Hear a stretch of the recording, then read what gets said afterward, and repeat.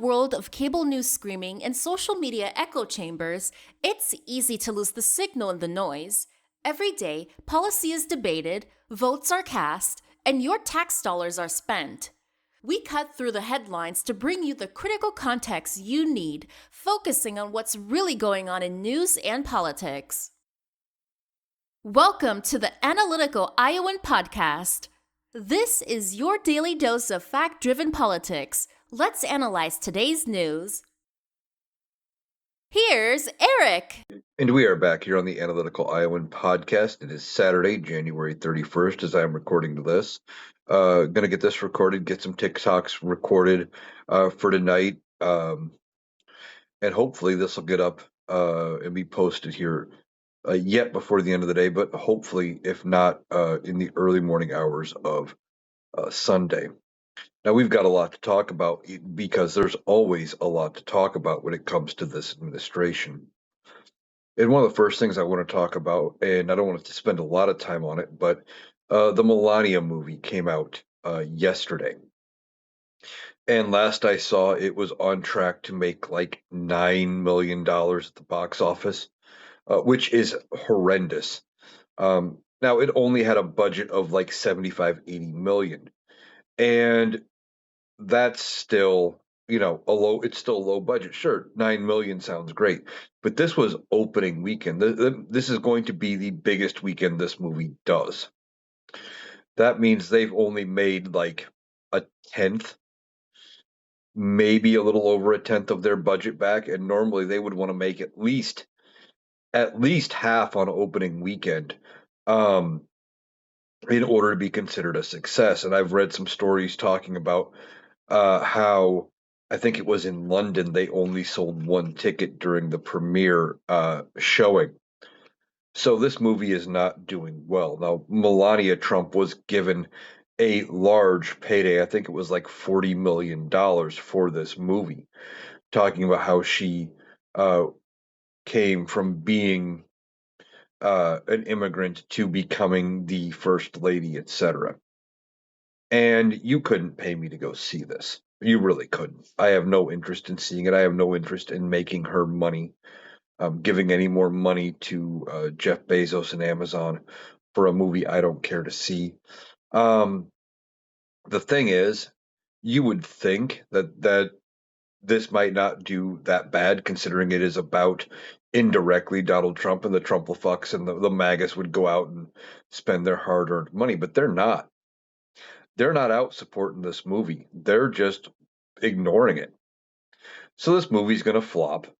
It was a grift, like everything else with Donald Trump. She is just as culpable in some of the grifts as he is, trying to make whatever money she can right now while he is still the president, while he is still a free man, while there is still some profit to be made off of his name.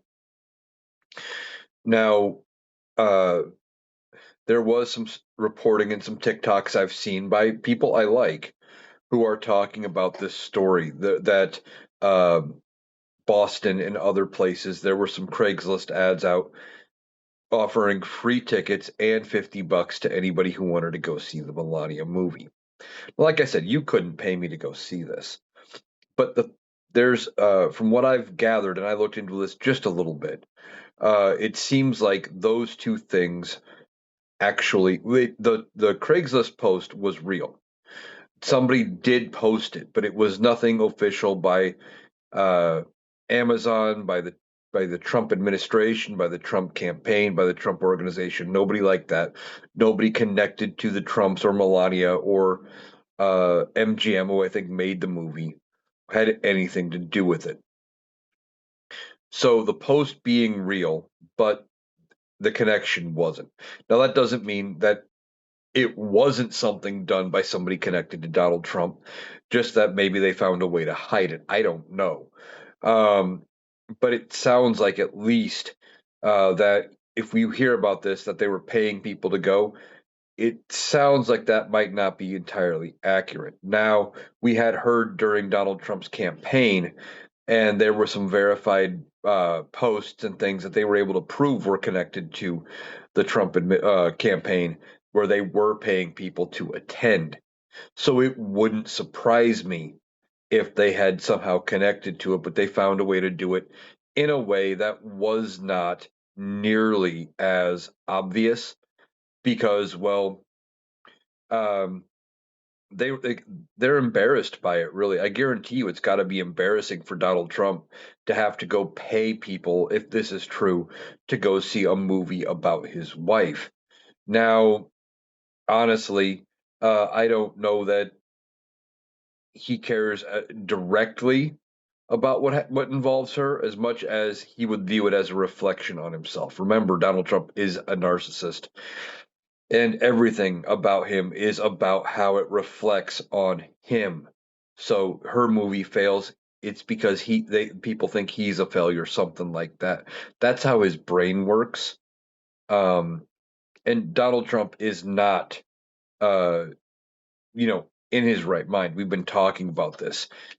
Firmly believe he is suffering from some bouts of dementia. I think the reason he is coherent during the time frames and why they are scheduling things. You notice that they do a lot of things in the middle of the afternoon when he seems to be more coherent. It's because of the dementia. He's sundowning. I am convinced of that because you look at his schedule. Okay, he does a lot of things in the late afternoon. Um, Toward the later in the afternoon, toward evening, he starts to drop off. He's more low energy. Doesn't do a lot of things in the morning, and then all night he's up posting on True Social. So he's got his nights and his days mixed up. That is a symptom of dementia. Um, and I know people who battle with sundowning and dementia, and not even necessarily the sundowning and dementia connections, but who have had other traumatic brain injuries and things like a stroke, where they straight up say, if I don't get to bed by a certain point in the evening, I'm up all night. I can't sleep till 6, 7 o'clock in the morning, and I've got to nap for a few hours, or I can't handle it. And they talk about having to nap in the middle of the afternoon some days because if they don't sleep at night, even they take a nap during the day and everything, they can't stay awake. This is what Donald Trump is battling. He is not well, and the stress from everything going on around him is going to continue to get worse. It is going to get worse before it will never get better. um, he's not going to be able to survive this, I don't think. um, and I think the more stress that gets piled on him, the faster he is going to deteriorate till it gets to a point when they can't hide it anymore. Now, what stress would Donald Trump have? Well, he's in the most stressful job of the, in the world. He is running the biggest country in the world. He is running one of, the strongest country in the world, and a world leader. And he's supposed to be doing all of these things. Well, he has these cabinet meetings. And he even said it out loud in the cabinet meeting. Well, we're not going to go 3 hours like we were before. It just gets to be too long. I like these people, but it's too long. And they're saying I'm sleeping, but I'm not sleeping. But they did catch me closing my eyes because, quite frankly, it's boring and I want to get the hell out of here. If in any job you were at a meeting that you were required to be at and you said it was boring and you wanted to get the hell out of there, you wouldn't have that job very long. Now, the difference here is their cabinet meetings. He's the one who gets to call them. So he's the one who even decided there was going to be a meeting. And they're doing these public meetings, these public cabinet meetings for a reason. They're trying to showcase how fit Donald Trump is. That's part of it. He thinks that by showing, well, I got the stamina to go 3 hour meetings. Look at what I'm doing. Biden wouldn't do that. And he's doing it in public because, again, we rarely heard about cabinet meetings when it came to uh, Joe Biden. So they kept saying, well, he's not doing them. Didn't mean he wasn't doing them, just that we weren't hearing about them. So Donald Trump, in an effort to show he was better than Joe Biden, has these meetings. And now he says, well, yeah, They're boring as hell and I don't want to be here. Well, gee, Donnie, why'd you want the job? Oh, yeah, you wanted the job to cover up for some of your crimes and to keep your ass out of prison. So, yeah, he's doing the most stressful job. This is going to get worse for him. And the dog pile is going to continue. You have another government shutdown under his watch. Now, the government is shut down temporarily, uh, and they are hoping to have it funded by Monday night. Okay. So effectively, what we are looking at is for certain government agencies, et cetera, it's effectively just like a long weekend because the government really doesn't work on the weekends anyway. There are certain things that still have to do certain parts of the job, like obviously the military. There are still people on shift, you know, 24 hours a day, et cetera, doing whatever they are doing wherever they are at. But realistically, the government agencies and stuff typically do not work over the weekend. So them being closed Saturday and Sunday does not matter. Now, if they can get this thing passed and they can get the government funded and open by Tuesday morning, it's no different than a long weekend. And it sounds like they might be able to do that. However, there's a few things here. Now, this is passing the Senate version of the government funding bill, which is amended from the House version. Now, the House had passed a different version of this funding bill. This was going to fund everything to the end of the fiscal year.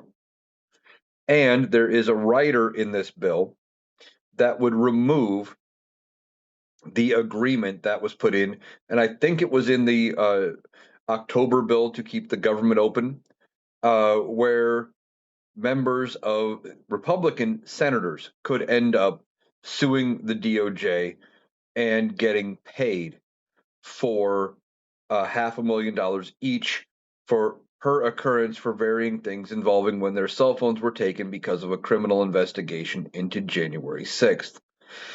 Now, they want to get paid for it, but they left out House Republicans, and House Republicans feel a little gypped out of this, and they realize how bad the optics are. So what do? They put a pill and they put a bill into this thing, and I call it the poison pill because I figured for sure it wasn't going to pass the Senate because of it, and it almost didn't. Um, where it said that they were going to repeal that ability, and Lindsey Graham pushed and pushed because he wanted to make sure that it stayed in there so they could get paid. Well, that part passed. Now the House is going to take this thing up, but it is not the same bill that the House passed. The Senate changed it. They left in the part about not being able to collect if your cell phone was taken, and they uh, funded almost every government agency. There were 6 agencies that needed funded. The rest were taken care of back in November when they opened the government after the last shutdown. The one that wasn't fully funded is DHS. Now, they put in there what is a 2-week band-aid is what the Senate did. They said, okay, we agree to fund the other 5, but instead we're going to change the funding for the DHS, not all the way to September. No. 14 days, 2 weeks. That's it. From the date of passage, DHS gets 14 days of funding.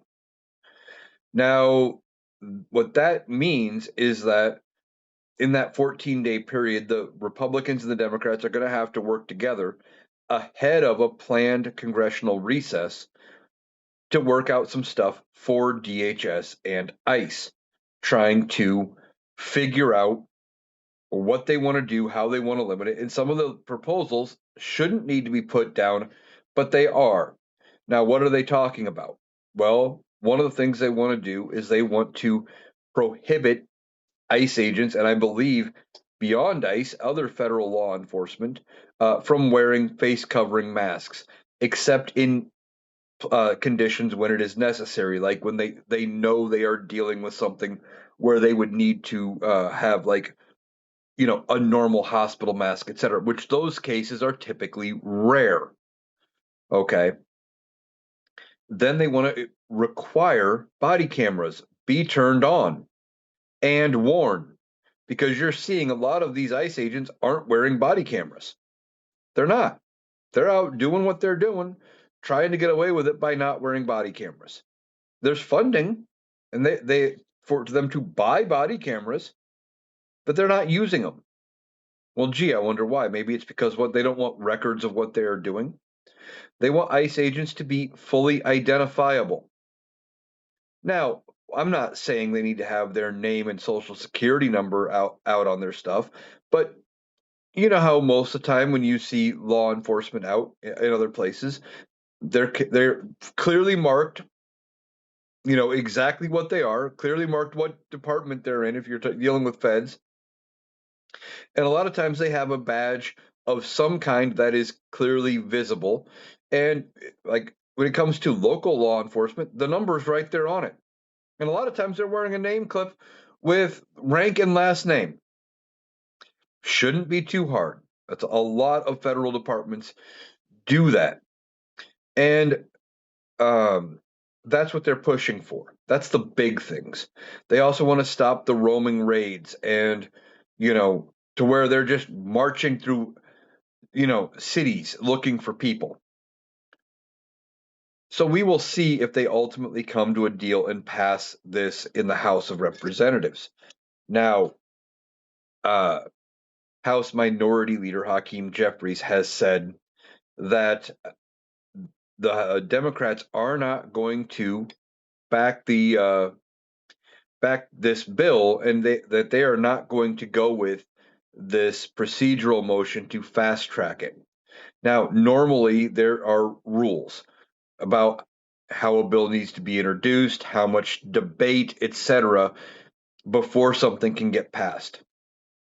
And what they were looking at doing was something called fast tracking, where they suspend the normal rules and they go ahead with the vote.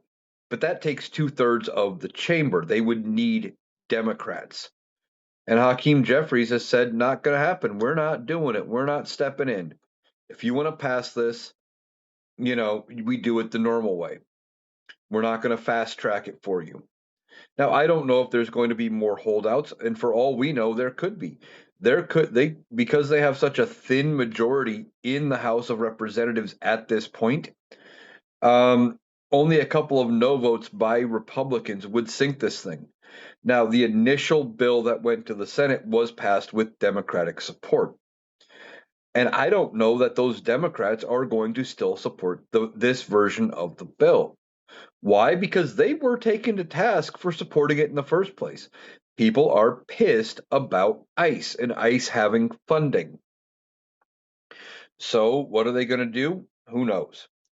Could the Democrats hold this up and say, okay, well, the government's already been shut down for a day. Here's X, Y, and Z. Do you want to go into another longer shutdown?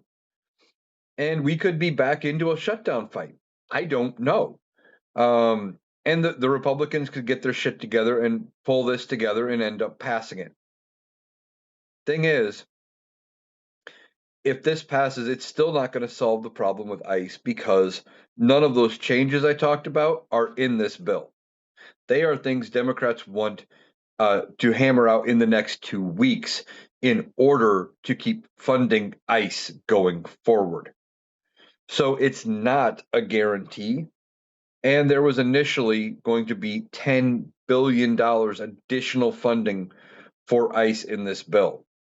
And I don't know what the final figure is going to look like. If they're going to try to walk any of that back, cut it down to 5, or do any sort of thing with it. The Democrats are giving the Republicans an off-ramp here when it comes to ICE and funding. Because what they can do is they get this deal worked out. They get everything signed. Donald Trump signs off on it because he's willing to sign this deal. He does not want an extended shutdown. If it's just one day, no one's going to be talking about how he had 2 shutdowns in his the first half of his second term. They're not going to be talking about it. It's not going to be a thing. But if this starts going into 3, 4, 5 days, they're going to say, yep, he shut the government down again. Donald Trump can't lead. I mean, we know he can't lead because look at all the bullshit going on. But when it comes to it, it is crucial for Donald Trump in his mind, for what little bit of it is that's left, that he ends up not having an extended shutdown and looking like a loser yet again. Now, Donald Trump took to Truth Social and he gave some explicit instructions to Kristi Noem, the head of DHS, the Department of Homeland Security. What are those explicit instructions? Well, he told her basically that they are not going to go in and save these Democrat cities from the riots and the protests unless they are specifically asked. Well, what he doesn't realize, and I think he was talking about with ICE. Now, this could be a way for him to start scaling back and for DHS and ICE to scale back their operations and go, yeah, we're going to pull out of those Democrat cities. And they are looking at scaling back, or he's saying they're going to stay out unless asked to come in. But the thing is, for the most part, democratically led protests from people on the left have been nonviolent. Now, they like to point to what happened with George Floyd. And there were some people that got extremely violent that turned it from a peaceful protest into a full blown riot. However, the people involved were actually right leaning. They were, I believe, Trump supporters, or at least conservative supporting individuals who were trying to instigate things. And we had heard stories of some of these right leaning groups had infiltrated in, trying to stir the pot and get it even more worked up and more violent. And now you have mostly peaceful protests, and the violence in these cases, when things have gotten out of hand, has been instigated by Donald Trump's own ICE agents. And he's trying to get away from that negative press. Now, he also went on to say about how they would strongly protect government buildings and government institutions and government employees, and that kind of thing. That's, and that you're not going to be allowed. And he listed a whole list of things that you're not going to be allowed to do, which you could never do before anyway without facing charges. You couldn't spit on, ICE agents, and you're not going to be able to hit them and, throw rocks at them and, do all this stuff. You couldn't do that before anyway.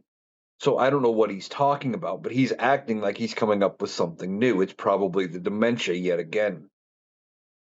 But he went on to say something that was a little more disturbing, and this is the part I didn't cover in my TikTok, and that is, he said, well, if you do those kind of things, you will be met with equal force.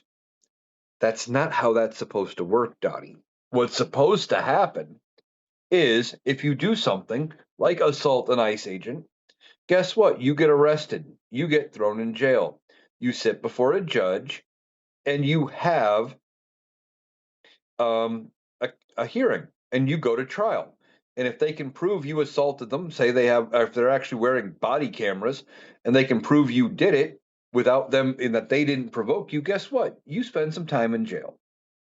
It was already a thing. But see, Donald Trump's going to act like he created something new. He's doing something. That's typical Donald Trump. He talks about something that was never a thing before, or that is already, on the books, and then makes it sound like he's a genius. This guy is ridiculous, and the people that support him are equally ridiculous. Now, we will see if this leads to an actual drawdown of federal troops at all, or if in federal ICE agents and immigration, et cetera, or if this is just going to be more of the same. And this is just another distraction. But see, they're trying to get away from everything, and they can't keep this all juggled. They've got so much going on. They've got the negative press about Greenland, so they try to get away from Greenland by doing more immigration stuff. More immigration stuff leads to, two citizens getting shot. So they want to get rid of that. Now then they were back to the Epstein files. They released a shit ton of files yesterday. And then to get away from that, now they're back talking about immigration and ICE enforcement. Everything is crumbling around them, and they don't even realize it. They're still thinking they can hold this thing together. And I guess the analogy that comes to mind as I was just saying that, even though it's not holding stuff together, it reminds me of watching the old Looney Tune cartoons. And if you consider this administration to be the coyote, and now the coyote was smarter than everybody in this administration, but still, this administration is at the point they've ran off the cliff. They're standing there, and gravity is still functioning, but there's nothing below them. Basically, they're to the point where they haven't realized that they're going to fall. All they have to do is look down, and then suddenly gravity will work again, and you'll get the coyote waving goodbye and dropping and all that. That's where this administration is at. That's it. That's how I see them in my mind. They're fucked, and they don't know it. Now, these Epstein files have been released, and it is not good for this administration. There are tons of people in these files. Um, Lutnick, which is the Commerce Secretary, I believe, is in the files. You have J.D. Vance, I believe, is mentioned at least at some point. Elon Musk is all over them. Donald Trump is all over them. Uh, I've seen some clips of people reading some things from the files, and apparently there were parties at Mar-a-Lago um, with underage girls, and Donald Trump was very clearly aware of what was going on. Um, they redacted a lot of it, but they didn't get everything, and it is going to come out as people continue to dig through this. And I've said before, we don't need everything. We got about half of what is out there, and this half may be enough to sink Donald Trump. There are already calls for Donald Trump to be removed by at least certain people because of the Epstein files. And the calls are going to get louder the more people dig through what's out there. I still think that when one or two images come up that show Donald Trump in a compromising situation with an underage girl, that it is going to be quick, fast, and in a hurry when the Republicans move on him. And they're going to do it because they can probably get MAGA, at least a good percentage of those hardcore MAGA voters, to still vote Republican when it's all said and done, if Donald Trump is in the files. Now, it's looking, I mean, he's there. It's just there's not enough out there yet to fully corroborate what he did, right? But it's not looking good. Now, there were emails that appear to be from Melania Trump to Ghislaine Maxwell. And it's just another connection. Now, there have been people saying for a long time that Melania was introduced to Donald Trump through Epstein. And that could be true. And, you know, that might be why she has stood by him through everything. Who knows? I think the reason she stood by him through everything has to do with money, because I guarantee you there are clauses built into whatever prenup he made her sign, because you know he made her sign one, being a billionaire and she was not, that under certain situations she gets no money. And, you know, she's just like the rest of us waiting for the Big Mac to get him. Now, does that mean I have sympathy for Melania? No, I don't think she's a good person. Um, and I don't necessarily think that she is going to be entitled to any sort of compensation when it's all said and done from Donald Trump. She shouldn't get to inherit his estate and his fortune. And I don't know that she is the one that would actually get it, or if he's going to leave everything to his kids, or maybe kid, because we all know Ivanka is his favorite. He can't stand the rest of them. Um, so I don't know what he's going to do. But these Epstein files being out are not good for Donald Trump. And now he's back trying to distract from them. And of course, you're getting people coming out on the right saying, Well, there are allegations here, but there's no proof. The proof isn't there. Simply put, there's enough allegations, though. What they want us to believe is that any allegation against Bill Clinton is legitimate. Any allegation against Bill Gates, legitimate. Any allegation against anybody else that's in the files, all legitimate. But when it comes to Donald Trump, and specifically Donald Trump, none of them, none of them are legitimate. That seems a little hard to believe. I mean, if you're trying to tell me that you have, I don't know, 99 people all accused of doing horrible things in the Epstein files, but there's multiple tips and multiple allegations against 100th person in those files. You're telling me that 100th person is the only one innocent out of all of them? Now, we are hearing there was a draft indictment detailing Epstein's abuse of some of these victims. This was from 2006, or they started investigating in 2006. They were planning to indict him in 2007. Let's see. Prosecutor wrote up a proposed indictment after multiple underage girls told police and the FBI they had been paid to give Epstein massages, the adult massages, of course. And the draft indicated prosecutors were preparing to charge not just Epstein, but also three people who worked for him as assistants. Let's see. According to interview notes released in the files, an employee at Epstein's estate told the FBI in 2007 that Epstein once had him buy flowers and deliver them to a student at Royal Palm Beach High School to commemorate her performance in a play. The employee's name was redacted. Some of his duties were fanning $100 bills on a table near Epstein's bed, placing a gun between the mattresses in his bedroom, and cleaning up after frequent massages with young girls, including disposing of condoms. Those are the kind of things that are in the files. And that's just a portion of this article. And Donald Trump and Republicans want us to believe that there's nothing in there about Donald Trump, that what's there is all fake. Give me a break.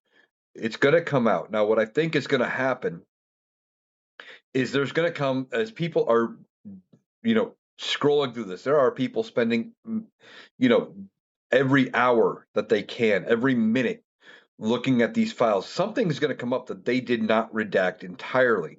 And I heard one TikToker say that apparently there is identifiable information for Ghislaine Maxwell, like her social security number and other numbers in the files that were not redacted, in part because they didn't have people who are normally doing these kind of things, like paralegals, um, trying to do the redactions, and they're screwing up left and right.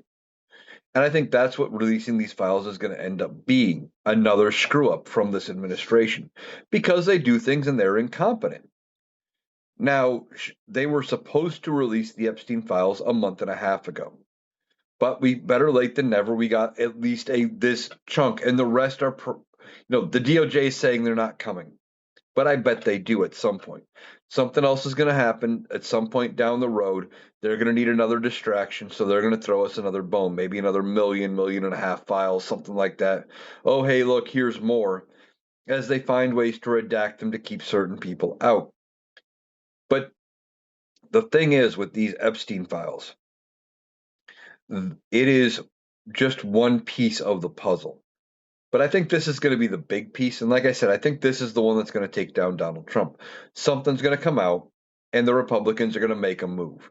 We're already seeing, at least I am, TikToks and other social media posts by people on the right. Some people coming out into comment sections and other places saying, "Oh, I supported Donald Trump for three elections, but I saw something in those files. I can't back him anymore. Oh, he was involved. I can't back him." We knew he was involved. We were telling you he was involved the whole time. You didn't want to believe us until the proof came out. This is why Donald Trump did not want the Epstein files released. Now, he didn't at all. He wanted the files hidden. That's part of why he ran for president. Now, he ran on a campaign of releasing the Epstein files. And why did he do that? Because he thought he could easily get in and win. And somehow he won. I still say I got my own reasons as to why he won, but he won the presidency, and he thought if he could have won it, that he would be able to do what they tried to do. He'd show up, he'd have his hand-picked attorney general come out and say, well, there's nothing to see here, there's nothing in the Epstein files, and everybody else would sit down and go, yep, nothing in the Epstein files, and move on. But that's not what happened. They said nothing was in the files, and MAGA got pissed. Then they came out and said, well, there were no co-conspirators. We've looked through it. Epstein and Maxwell trafficked the young girls to themselves. MAGA wasn't buying it. Why? Well, I've talked about it before, but my theory is that MAGA had been told for years that Democrats do horrible things to children. For years. Okay? And then what happens? We actually get the files. First of all, they get told there's nothing in the files, and they're confused because they were expecting nothing but Democrats. Okay? Left-leaning people. Because they were told Democrats do horrible things to children. Remember back in 2016, there was something going on around a conspiracy theory, and it was bullshit, about a pizza parlor and the Democrats having like ritualistic sacrifices of children, and that Hillary Clinton was like involved in it underneath a pizza parlor. But the Republicans believed it, at least the MAGAs did, the hardcore ones, because they would believe anything that was horrible about Democrats, about left-leaning people. So when they were told the files were coming out, they thought for sure there were going to be Democrats in there. And then the files actually do come out, and they end up saying, well, there's nothing. First, the Republicans and Trump says there's nothing there. They're like, fuck, there's got to be something here. We got to have all of it. We got to have this proof, because they wanted to prove, MAGA wanted to prove to us libtards that being a liberal meant you did bad things to kids. They wanted to be proven right because we were telling them they were wrong for so long. They wanted their proof because they were convinced they were going to be right. What happens? They were proven wrong. Now that the files are out and they're seeing their Lord and Savior might be in the files, he might be connected, he might be guilty, this whole thing is blowing up in their face. And they don't know what to do. So they're walking away from Donald Trump. And I think if something big comes out, the Republicans in Congress are going to turn around and they're going to say, okay, it's time. And like I was talking about with the Greenland thing or whatever situation would be, I think they're having discussions behind closed doors.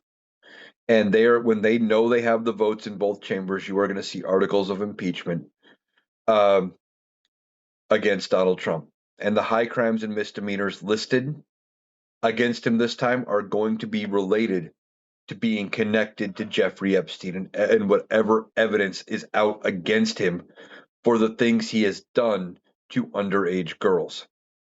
But I think what's going to happen, and it's going to happen so fast, Donald Trump's head's going to spin. He may end up losing that shitty hairdo and that hairpiece he wears, or and I don't know that it's for sure a hairpiece, but it's been joked about that it's a hairpiece for so long in varying media. But still, his hair is going to fly off, right? I think what's going to happen is when they're ready to do this, you're going to see a bill brought to the House, articles of impeachment against Donald Trump. And they are going to move. And they're going to say, okay, voting's open for 10 minutes or 15, whatever their voting window is. And the minute it hits 218 yes votes, you are going to see a slew of Republicans. Now, it may not be 417 to 1 or 427 to 1 or whatever the Epstein file release vote was, but it's going to be like 300, 350 plus, I think. It's going to be huge. And then I think same day, I think they are going to start the trial immediately. Hell, they may even do it. They may do it first thing. This all may happen first thing in the morning before Donald Trump gets up, because he doesn't get up before 11 anymore. Again, sundowning. And that before he could even respond, that they would have a trial called and they would have it all set, and that they would be trying to do this as fast as possible because they know he is going to try to burn the Republicans down with him as he goes. This whole thing is going to end up blowing up in Donald Trump's face. And they thought they could release a big chunk of the Epstein files to distract from us being pissed about ICE and everything going on in Minneapolis. Well, it's backfiring. Not to mention, it was also distracting away from the fact that, parts of the country just got through a severe ice storm, a severe cold weather event, and FEMA's nowhere to be found. I'm seeing TikToks from people in Nashville and other places saying, "Hey, it's been 7 days. We still don't have power." And the media really isn't covering it much, but FEMA's nowhere to be found. Private insurance isn't helping, and it's getting worse. So Donald Trump is staring at this Epstein file thing, and he's hoping that nothing big comes to light, that they redacted just enough of it to make it uh, feasible for him to get plausible deniability. But I don't think they did. I think something's going to come out. Republicans are going to make that move, and Donald Trump is going to be left, uh, as Mike the Rational Boomer would say, left with his least favorable appendage in his hand with a dumb look on his face. Because that's about what he's going to be looking like. He's going to be caught, and he's not going to know what to do. Everything is collapsing around this administration. The economy's in the shitter. The international policy is in the shitter. He may be on the verge of losing his tariff authority when it comes to the Supreme Court. They may say, "Yeah, those tariffs not legal. We're not doing that. Fuck off." You have his perception is in the shitter. His wife launched a movie. It did poorly. Um, his immigration crackdown is not going well. And here's the thing. One of the things with immigration, while I wasn't entirely thrilled with how Obama handled immigration, okay, Barack Obama deported way more people than Donald Trump did in his 8 years of being president. It was enough that at one point they were calling him the deporter in chief. And he even did several press conferences and stuff where he talked about, if you're here, and you're not complying with this, this, and this, we will deport you. And they called him the deporter in chief. Well, what happened? The thing is, with Obama, while he may have been doing the deportations, they all had due process, they all happened the right way, and it cost a fraction of what Donald Trump is doing here. And that's the thing with Donald Trump. He could have gotten the same results, but gone about it differently. And that happens with a lot of the things Donald Trump does. He fucks around, and then it ends up being a situation where he doesn't know how to respond, because if he would have gone about it the right way or a diplomatic way, he would have actually achieved his goal. But because he fucks around with it, he's left with a horrible result and doesn't actually get anywhere. That's just typical Donald Trump. Now, I want to talk about another story here. This is one I hadn't really been talking about. Um, in Minneapolis, there was a 5-year-old boy who was abducted by ICE. Now, what had happened was, apparently outside their residence, the boy's father and the 5-year-old were detained by ICE. And ICE tried to use the boy he had the boy go up to the door, knock on the door, etc., to get the mother to come out. But they were going to try to detain the mother as well. Okay. The 5-year-old was bait. And when the mother wouldn't come out, wouldn't open the door, ICE left, took the father and the 5-year-old. Okay. Now, a federal judge has ordered that the Trump administration must release him by Tuesday at the latest. They said at every earliest possibility, but by Tuesday at the latest. Now, this 5-year-old boy was put on a plane and flown to Texas from Minneapolis to be in a family detention center with his father. And a federal judge has now said, no, that is not how you treat kids. And that shouldn't have had to be said. What the proper procedure should have been would have been like CPS, Child Protective Services should have been there, maybe a social worker. And if they couldn't have gotten access to the mother wouldn't have come out. Well, they should have turned the child over to CPS, and then CPS could have either had the child stay with somebody until they could get in contact with the mother and reunited them, or in a foster situation until whatever else needed to be done. There are steps. But no, these ICE agents just do whatever the hell they want, and they end up going rogue and just doing this shit. Now, let's see. In part of it, it says here, observing human behavior confirms that for some among us, the lust for unbridled power and the imposition of cruelty in its quest knows no bounds and are bereft of human decency. And the rule of law be damned. That is what the judge wrote about this situation. And I wanted to make sure I got at least that part of the quote correct. Okay? This was a scathing rebuke of this administration and ICE and how they are doing things. It is ridiculous that that even had to be put into words, that they weren't supposed to do that shit. But they did. We had to put it into words. Why? Because these ICE agents, the cruelty is the point. They are doing all of this just to prove a point, just to be cruel, just to have them be afraid. Now, I hope that when it comes to this government funding fight that is currently going on, I was talking about it earlier, that Democrats are holding out for significant changes to ICE. And I hope they actually get some significant changes, including stuff like this. So we don't have to deal with it anymore. ICE never should have taken that 5-year-old. They should never have used a 5-year-old as bait. Now, I had heard that this 5-year-old had been, while in detention, was getting sick, running a fever, things like that. And ICE really wasn't doing anything. Since when do we not treat people, when they are in custody?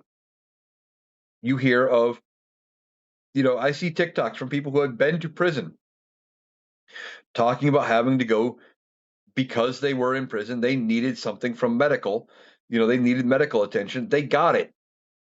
Now, it may not always be the best medical care. Um, you know, for example, if you need glasses and your glasses break, they will provide you with glasses. But are you going to get something stylish? Are you going to get, you get one choice of frame and you get the cheapest lenses they can give you, but you get something. You know, you need dental work done. Are you going to get, you know, cosmetic dental work so your smile looks all great? No. But you're going to go get, your teeth taken care of if that's what you need, whether that's it gets pulled, whatever the case may be. You're going to get a filling, you're going to get, whatever's needed, right? But this boy, this 5-year-old in ICE custody, couldn't get treated like a person and couldn't get medical care? Come on. That's bullshit. The Republicans know it. And I think, again, this is going to be one of those situations where, uh, not that they're going to move on Donald Trump and get rid of him, but when it comes to funding DHS and stuff, I think you're going to see Republicans breaking from Donald Trump here and actually agreeing to some of these limitations. And because they don't want to keep having these discussions about how bad ICE is doing, etc. Now, Donald Trump is launching another thing. I saw he's back talking about the 2016 election. And it sounds like he wants to go after Barack Obama because of everything that happened with the investigation into the connections between Russia and the Trump campaign. Really, you want to go back and rehash 2016? You fucking won the election, man, but you're not happy because you think there's something there, and there isn't anything there. Okay, the big thing with 2016 is if you weren't the sitting president in the Mueller report, straight up said if you weren't the sitting president, you would have been charged for the connections of obstruction of justice and everything else. They said, yeah, there wasn't a real connection between Russia and the Trump campaign, but that they were working toward the same goal of getting Donald Trump elected. Donald Trump has been whether or not he realizes it, and I don't think he does because Donald Trump is easily manipulated and relatively stupid, that people like Vladimir Putin and others are using him for what he can bring to the table. They're not really his friends. They're not really his buddies. They're not really his pal. He brings something to the table that they can exploit, and that's what they want to do. They want to exploit him for everything that he can. So when they came through and said, "Hey, we're going to go ahead," even though Russia didn't say it, when Russia was doing things that actively helped the Trump campaign, it was because having Donald Trump as president at any point was going to be beneficial to them, far better than having Hillary Clinton, far better than having Joe Biden, and far better for Russia than having Kamala Harris. The good thing for us is, despite what he may say, he is not going to be running in 2028. I mean, he could run, but he wouldn't be able to be sworn in. They wouldn't be able to certify him as the winner.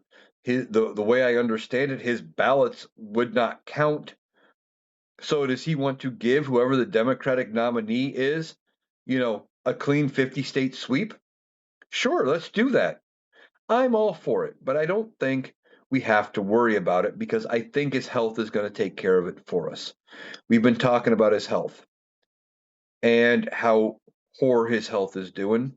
I just do not think talking about all of the stress from all of the shit that's collapsing around him, that when he realizes that he's walked off the edge of the cliff and there's nothing supporting him anymore, and he goes to fall, using the Wile E. Coyote metaphor I was using earlier, that he is going to end up, having a complete meltdown. His brain's not going to be able to comprehend it, no matter what they are giving to him to keep him coherent. At some point, that medication is not going to work. They are not going to be able to keep him coherent. They are not going to be able to keep him going. And whether he realizes it or not, whether the Republicans realize it or not, they're going to have to make a move because they won't be able to hide it from us any longer. Even the people on their side of the aisle are going to say, that guy's not all there. There's something wrong. That's kind of fucked up. All right, that's going to do it for today's episode of the Analytical Iowan podcast. I want to thank you for taking the time to join me today. I'm going to be back again tomorrow with even more because there's always stuff to talk about. I hope you have a great day, and we will be back tomorrow.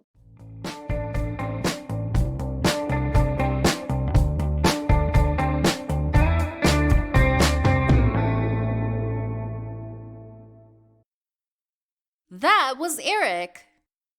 That does it for our analysis today. If you appreciated us cutting through the noise to get to the critical context, please make sure you're subscribed to the Analytical Iowan podcast on Spotify and YouTube. We'll be back tomorrow. Thanks for listening.